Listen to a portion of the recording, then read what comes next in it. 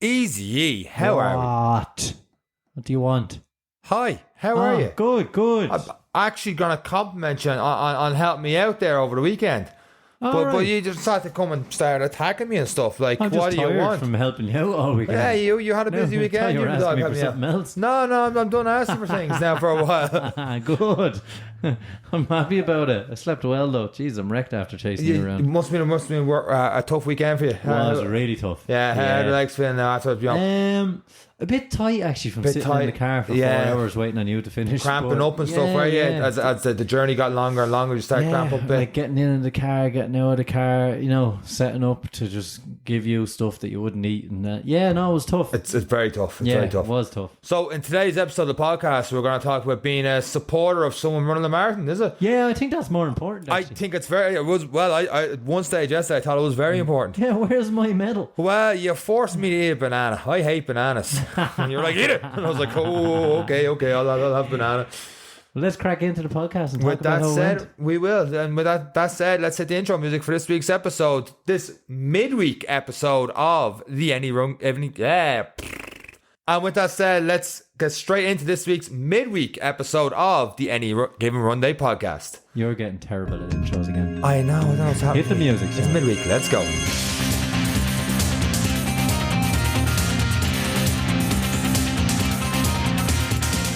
So somehow, Eric, my legs are tired and I can't use my tongue.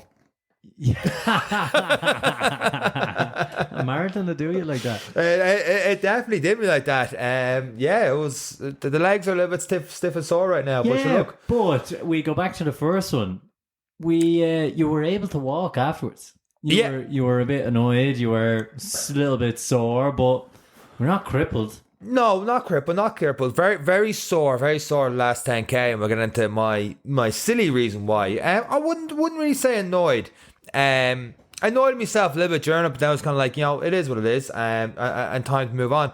But yeah, I mean, we had a couple of drinks on the Sunday night watching the Liverpool United game. I just thought putting good spirits, bringing that up again. Yeah, it was a great day. Yeah, great day for the parish for you.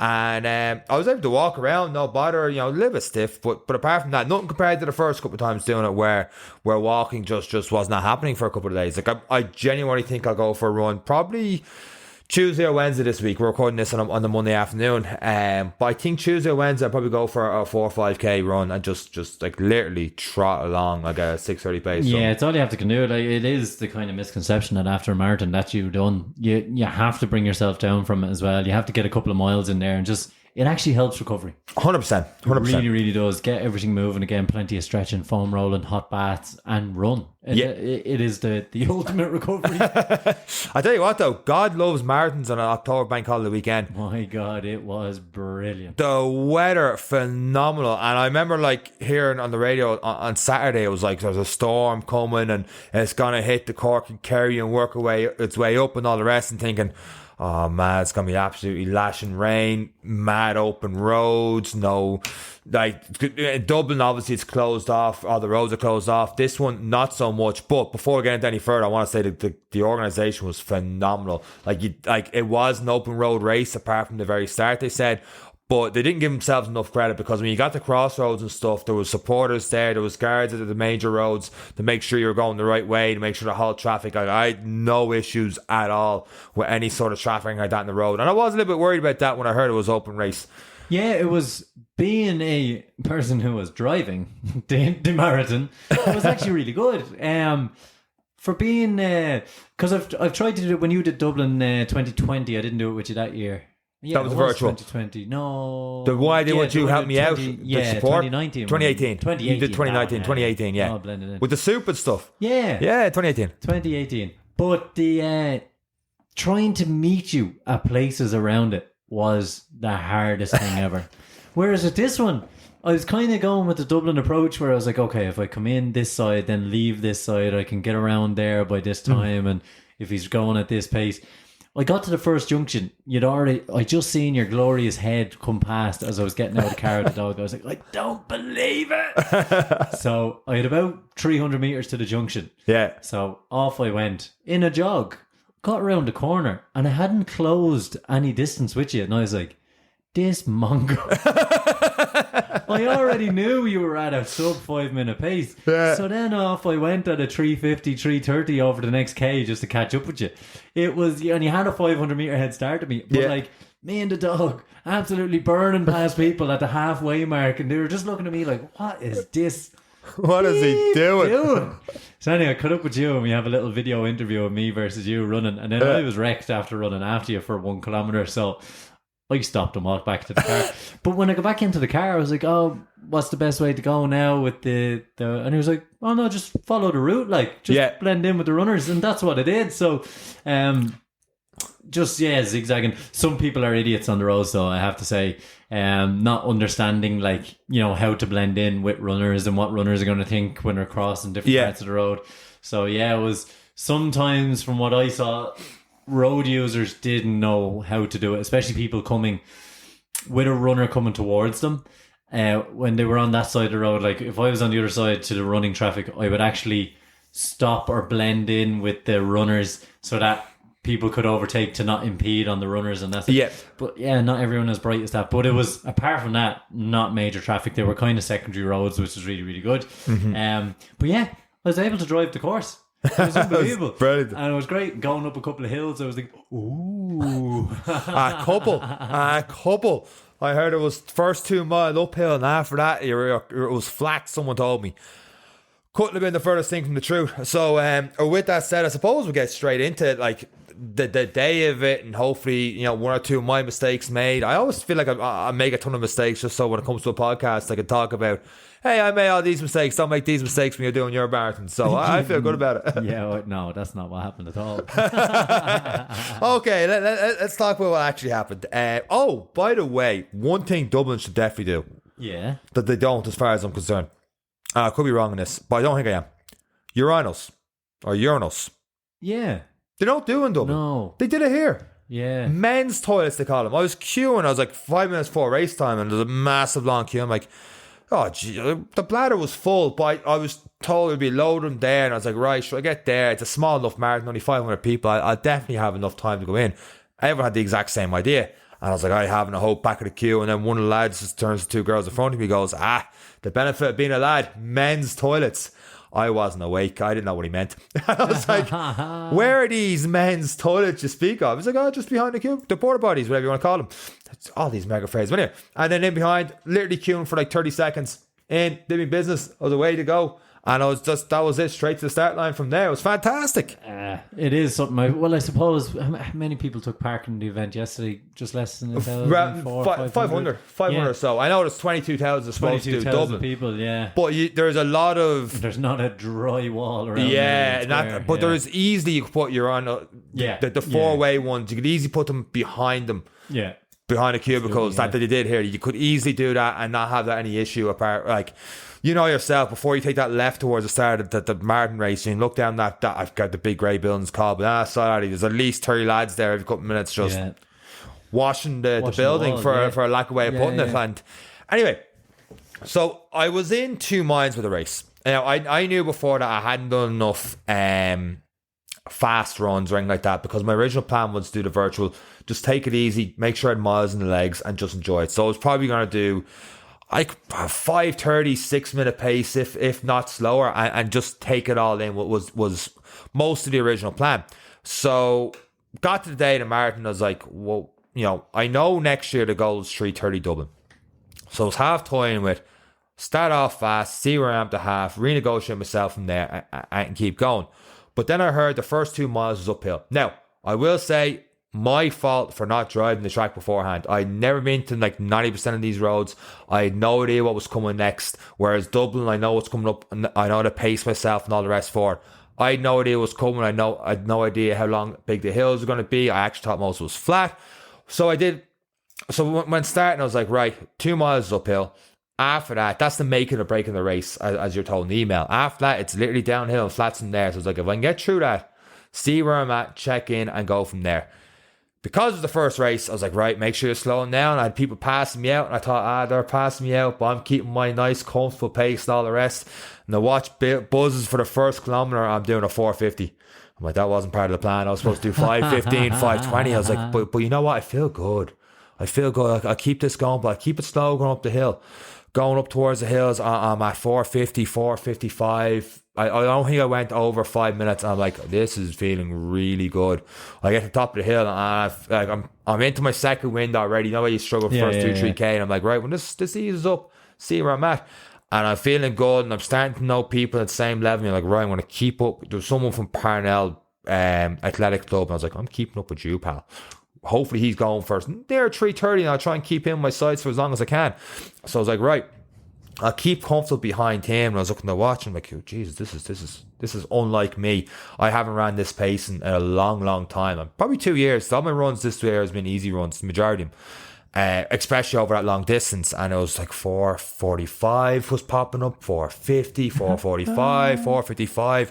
I'm like, my God, I feel way too comfortable here. I shouldn't be able to do this pace, but maybe, on the day something's kicked in and away I go. I don't know, but the worst case scenario, if I can get a good time, like a 1:45 or a 1:50 for a half, then I've got 2 hours to get a 3:45. If I start to feel I'm getting tired, just slow it down. And hopefully it's in the legs to keep going from there.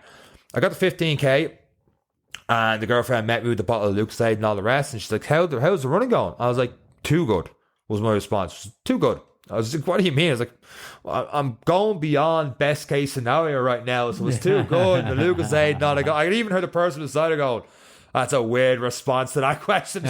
She was confused. And then I met you at the half, and I was like, ooh, the little niggles and stuff are coming in. And then just after at the half, I was at 1:43 for a half. For context, my fastest half marathon to that point was 1:45.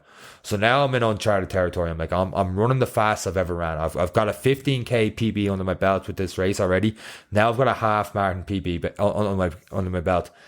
Going a little bit further, and I could feel the niggles start going in. I was like, all right, Sean, let's just slow down now and keep it sub 2 and it'll be grand. The next one clocks in 5:10. I'm like, that's not slowing down, Sean. But slowing down, it should be 5:30. I'm like, but what I wrestled with for that 10 kilometers before the half and then was I was afraid of slowing down, not being able to pick back up again, and I was struggling with my pacing, so I didn't know whether I was slowing down for the sake of it, and the body would just give up anyway, the mileage. Yeah. And I know pace, it's not the distance, the pace kills. But at the time, I was like, I am comfortable running at this, and I keep going until I'm no longer comfortable. Left it too late. I somewhat heard you behind me in your car. It was like, yeah. I was like, oh, that's Eric. It was absolutely brilliant. But I think I haven't watched the videos yet. You have, but I think I was full of talk the first one, not so much the second one. But the third and fourth one, I'm like, I'm barely saying a word. I know I'm in trouble. And where I knew I was really in trouble, we came into one of the towns. I don't even know which one. Like I've seen, like you get Suncroft, I think. Could have been Suncroft. Yeah, it was one of them. We go in and up a hill, and the guy said to me, "It's straight downhill from here," and he lied. It was a good kilometre uphill, and there was a thorn bush at the side of the road, and one of it came out a bit, and it literally wrapped me around the ankle and almost pulled me into the bushes. And the girl was like, "I'd be ashamed waiting for you to end the race." The three girls behind me, and I was like, "I would be happy out now if this thing just pulled me into the ditch." And as soon as those words left my mouth, I was like, I have mentally checked out. I'm in trouble. Yeah. And I knew I couldn't get it back on track, and it was going uphill. And the next thing I knew, I felt myself stop, and I was like, "Oh!" And I'd already hit. This must have been past 30k mark, because I also did a PB of a 30k at 2 hours 31 minutes. And to put in the context, the previous 2 weeks ago when I did my long run, my 32k took 3 hours. So I'm at a pace that I'm not used to. And then for the last 12k took me an hour and 25 minutes. But I saw you. I actually stopped and had a little chat with you, and I was just like, I feel like I was pushing any faster pace, and then I could build back up to a 6 minute kilometer pace, and then I felt the hamstring tugging as if it was about to tear, and I was like, you know what? I've already accomplished what I want to accomplish. I know I'm going to finish the race. The distance, it's not like, oh my God, none of this. Like, just because I've done a few before, the mental battle, that wasn't there. It was just a case of, I don't care if I get a 3:48 or 3:59 or 3:50. I genuinely didn't. I was like, look, I know what I need to do for a 3:30 next year. I'm after getting a couple of PBs under my belt. I'm after going way too fast though. So I've messed it up in the first half in terms of going for a PB for the second half. but let's just finish and enjoy the race. We have to stop start now. The legs are gone. There's no point in pushing any harder because something's going to rip and tear, and then I'm out for the next 3, 4, 5 weeks. And I am signing up for another race in a couple of weeks' time. I was like, I'd rather do that and get it and just come in sub 4. And the fact that I was able to stop start so much and even have a chat with you for a minute or two, and you're like, eat that banana. I was like, all right, your nutrition scrap, Sean, eat the banana. Oh, right, fair enough. And then I comfortably got in under 4 hours, whereas a couple of years ago to get under 4 hours was such a big deal that now I can mess up my entire race badly and still get under 4. I actually wasn't even disappointed. I was just kind of like, that's that race. I've learned from it. I know what I can do. I know what I need to do to hit that big goal 12 months from now. And now I've got a great goal in 12 months' time to go, can I maintain that over 26.2 miles? Yeah, absolutely. And you say that delicately, understanding that some people were completing their first marathon there, and that was a massive achievement. And it's weird once you complete your first one, your second one, then you start to go, I know where I am. I know what this means. It's not a big deal. And people are probably listening going, what do you mean it's not a big deal? It's 42.2 kilometers. It's like, it's not a big deal. When you've been there, you know, look, 35k, I'm goosed. You know, it happened to me. Yeah. I was on for a 3:17 and the hammies just went. They just decided to go. And but I learned my lessons on nutrition on that one. Yeah. And by the time I needed food at that point, it was too late. So yeah, you a lot of lessons learned. One, your pace was good. It was nice to know you can run that fast. Yeah. Just for the confidence alone. So is it a mistake? Yes, over a marathon if you're not used to it. Yes, absolutely. I wouldn't be encouraging people to go out fast and then just Hail Mary it for 21 kilometers. It's not a nice place to be if you haven't got that kind of mental space that you have to appreciate time, distance, what I have to do to at least crawl over the line within the 4 hours and protect ego, dignity, everything else.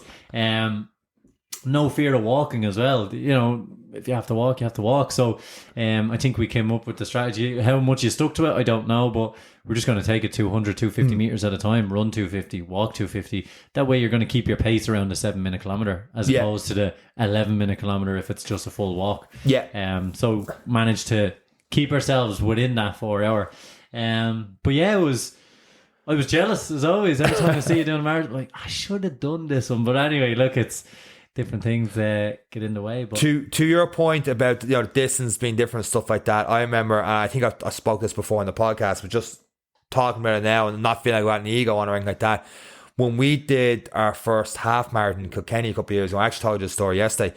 When I started a 10 mile and 11 mile marker yesterday on the run, I remember thinking back to seeing those 10 and 11 mile markers when we're doing the half, and even though there's only 2 miles left to go, going, oh my God, another 20 minutes of this, and just thinking about how far that is. Whereas now it's just like, because, and it's literally just repetition, it's consistency doing it over and over. It's like, okay, I'm here, I know what it is now to do this. So like I was telling myself, okay, you're at 32k, if you're running this back home, this is this route you would do. So let's think about this route. That doesn't seem so long to you. Like myself now, can stick on the headphones and you go out and you look to watch, go, oh, I've ran for an hour and 10 minutes now. And that's, before that was bananas, and it took me so long to get over that. Like running was just boring to me. But it just goes by so much faster. And it's the mental battle we talked about. So, yeah, so that 10, 11 mile thing was once such a daunting thing to go from another 2 miles to now it was 24 mile marker. It was like another 2 miles. Like, okay, I know the pace. I know I'm not going to beat anything like that. And even getting to the finish line, you can see people sprinting and stuff for the finish. And there's Neve took a video of it anyway. I haven't seen it yet. Where I just look at it, I go, the legs are gone. I couldn't even sprint finish. I was like, I don't care if it's 3:53, 53, 54, 3:55. It's just, it's done. Yeah. I'm keeping this pace, and then I'm building towards the next race from there. And I know I took everything that I need to take from it. Yeah, it is. It's so funny as well to watch as a spectator as well, because I was driving the route, I was seeing the same faces in front of you for 4 miles. So I drive 3-4 miles ahead of you. By the time you were obviously covering ground as I was getting there, so it wasn't long afterwards you passed through. I was seeing the same faces. Yeah. And I never parked beside the crowded areas. I always went a little bit out the road and parked on a side bank or whatever. Yeah. As soon as they come past the crowd, walk. Oh yeah. I love that's And then double. they get to me and I'm like, walking again, are we? I apologise to anyone who may listen to the podcast that I verbally abused because you were walking. I actually got to the stage where I genuinely didn't care that if I needed to walk, I was coming to the crowd. I was like, I'm walking now. Yeah. And you get word, come on, put the head up. I was like, all right, I put the head up and go a little bit. And I knew I was walking again in a second. I was like, but that's it. Like, but the first time I did it, having to go through the crowds and try and get jogging and stuff, and then go back walking, and how deflated I felt doing that. I was like, oh my God, you shouldn't be doing this. But like I tell people that you were going to run a good race and a bad race. And overall, I think I ran an okay race. There are a lot of positives I can take from it. But whatever happens in the day. And I told people before that I'd put a bit of mileage in the legs. I knew the things I didn't incorporate into my running for various reasons, but anything can happen in the last 10k. Yeah. It just happened. My legs just didn't work in the last 10k. The last 10k, and that's where nutrition. Yes. You have none. None. You have a bottle of Lucozade, and that is your game plan. I was happy out with that bottle of Lucozade. So I had one jelly, and I damn near got sick. Yeah. And I hate the idea of gels because I'm pretty sure it's going to go out the opposite end of gels. So I need to work on that. We need to work on stuff for you that's going to be like soft protein bars or homemade soft protein balls. Something that you can get in early. Yeah, you need to be having that at 5k. You need to be having that at 10k. By the half marathon time, you'd want to be pretty much through all your snacks because it's going to take your body so long to process it. You've only got so long left in the race then, so you need to have it. And I would argue that we probably could have got you to the 37, 36k before all hell broke loose on you. But I think you're nutritionally, you had nothing left. Nothing. But at the same time, I'm delighted I did it and learned that mistake. It's just kind of like, yeah, I know we've talked before about podcasts, stuff like that, and it's probably something that, I should have given more time, more thought. I didn't. Like, if I gave it the right thought, I would have drove the route and all before. I just wanted to see. Yeah. I wrestled, but I didn't tell too many people about it. I was like, I just wanted to see how far away from 3:30 I was, and like, people ask me for my goals, and I just say, 3:45 PB. But you take solace from being in the darkness. We'll call it. Oh, yeah. Because now you know, okay, 3:30 attempt. What's that pace feel like? I know. Yeah. Maybe if I understand the route, I'll know. I'll have a plan. And then if I sort my nutrition and I've put in the miles, you've ticked 4 boxes a hell of a lot better than you probably ticked for the race that just happened, which gives confidence. It gives confidence to the challenge. Yeah. It really does. And that's one thing. Knowing that you have that in the bank, knowing that you're eating the food because it's part of the plan, it gives the brain that encouragement to go, we're still feeling good. I've got my fuel on board. People are starting to walk around me. I'm still feeling good. Yeah. Then you get more motivation. You're like, I'm going to take names now. I'm going to have him. I'm going to have her, and just keep going and going and going.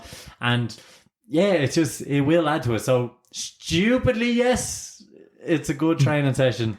It's a very long training session though. It's a very long training session, but the horse smell at the end of it was well worth it. It was, But I think that horse would have keeled over at that stage. But it is good. There's a lot to learn. And even when people don't run marathons, when you are working with people doing marathons, you will learn a lot yourself. Yep. So I know myself that I respect the marathon too much to do what you did. Even though I probably could have got to 30k and then took on the same challenge of walk run all the way to the finish, but it's just not. I respect it too much to do that now.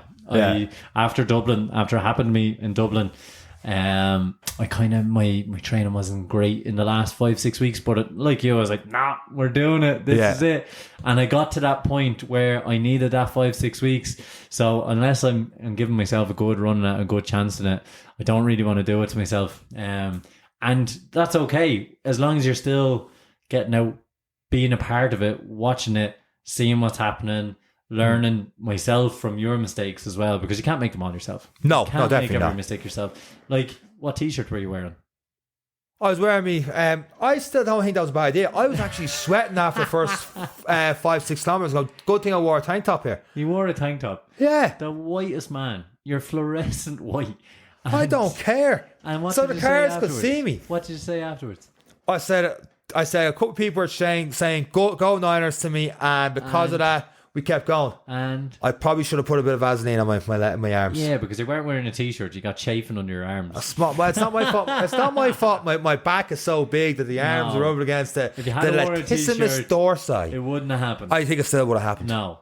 So you would have had a layer of material either side. In my defense, that's gone now. If you're going to wear a singlet. Don't wear a tank top where your bloody arms going to be rubbing off it. I still think it was a great call. Yeah, but fantastic anyway, call. It was an enjoyable day. The sun shined and the wind died down. The night before looked absolutely horrific. I was even dreading driving behind you, to be honest. But yeah, really, really good day. A lot to be learned. And yeah, you did well. I was surprised. When I seen the pace you were at halfway, I was like, he's fucked. But then I was like, well, he's stuck at this far. So I think we actually said that when I caught up with you. You were like, I'm going too quick. And I was like, yeah, well, you can't really slow down now. You just have to wait till it blows up. And that's what we did. So it was just a case. It wasn't a case of if, it was a case of when. I knew that, but I wasn't going to tell you that. Oh, yeah. And I knew it too. I genuinely thought, like, if I blew up, I could go down to a sub 6 and then I'm like, oh, with 340s in the cards.